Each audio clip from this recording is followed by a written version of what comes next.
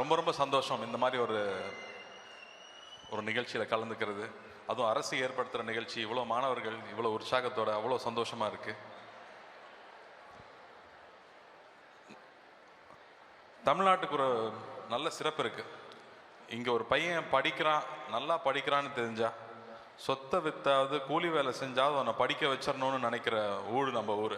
அப்படி அவ்வளோ பேர் கஷ்டப்பட்டு அவங்க பிள்ளைங்களை படிக்க வச்சுட்டு இருக்காங்க. ஸோ கல்விக்கு எப்போவுமே முக்கியம் கொடுத்துட்ருக்கிற ஒரு தமிழ்நாடு. இங்கே வந்து நான்லாம் வந்து சினிமாவுக்கு வர்றேன்னு சொல்லும்போது எங்கள் அப்பா சொன்னது, எப்பா சினிமா வந்து ஒரு நிலையில்லாத தொழில், நீ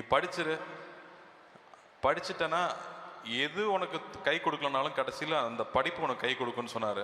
அதனாலேயே என்னை வந்து நான் இன்ஜினியரிங் படித்தேன், அதுக்கப்புறம் மாஸ்டர்ஸ் படித்தேன், அதுக்கப்புறம் சினிமாவுக்கு வந்துட்டேன், அது வேறு விஷயம்.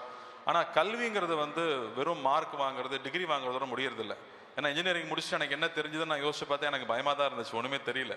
ஸோ ஒவ்வொரு வருஷமும் நம்ம என்ன கற்றுக்கிறோன்னு நம்ம பரிசீலிச்சுட்டே இருக்கணும்.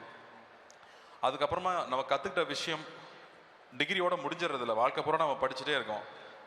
வாழ்க்கை காலேஜ் முடிஞ்சு வெளியில் வந்ததுக்கப்புறம் இருக்கு இல்லையா, அது நிறைய ஏற்றத்தாழ்வு இருக்கும். நம்ம நினைக்கிற மாதிரி எதுவுமே நடக்கவே நடக்காது. ஒரு பிரேக் ஒயர் கட்டான வண்டி மாதிரி தான், அதை சமாளிக்கிறது சாதாரண விஷயம் இல்லை.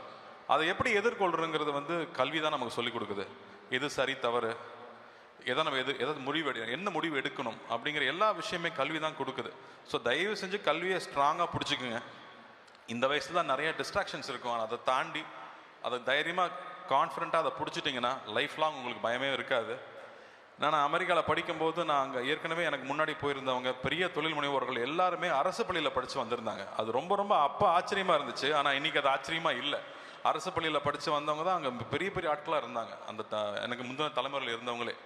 ஸோ எங்கேருந்து ஆரம்பிக்கிறோங்கிறது முடிவில்லை, ஆனால் கல்வி பிடிச்சிட்டா இங்கே வாழ்க்கையே மாறிடும், சமூகமே மாறிடுங்கிறத கண்ணு முன்னாடியே நாங்கள் பார்த்துட்டே இருக்கோம் ஒவ்வொரு வருஷமும்.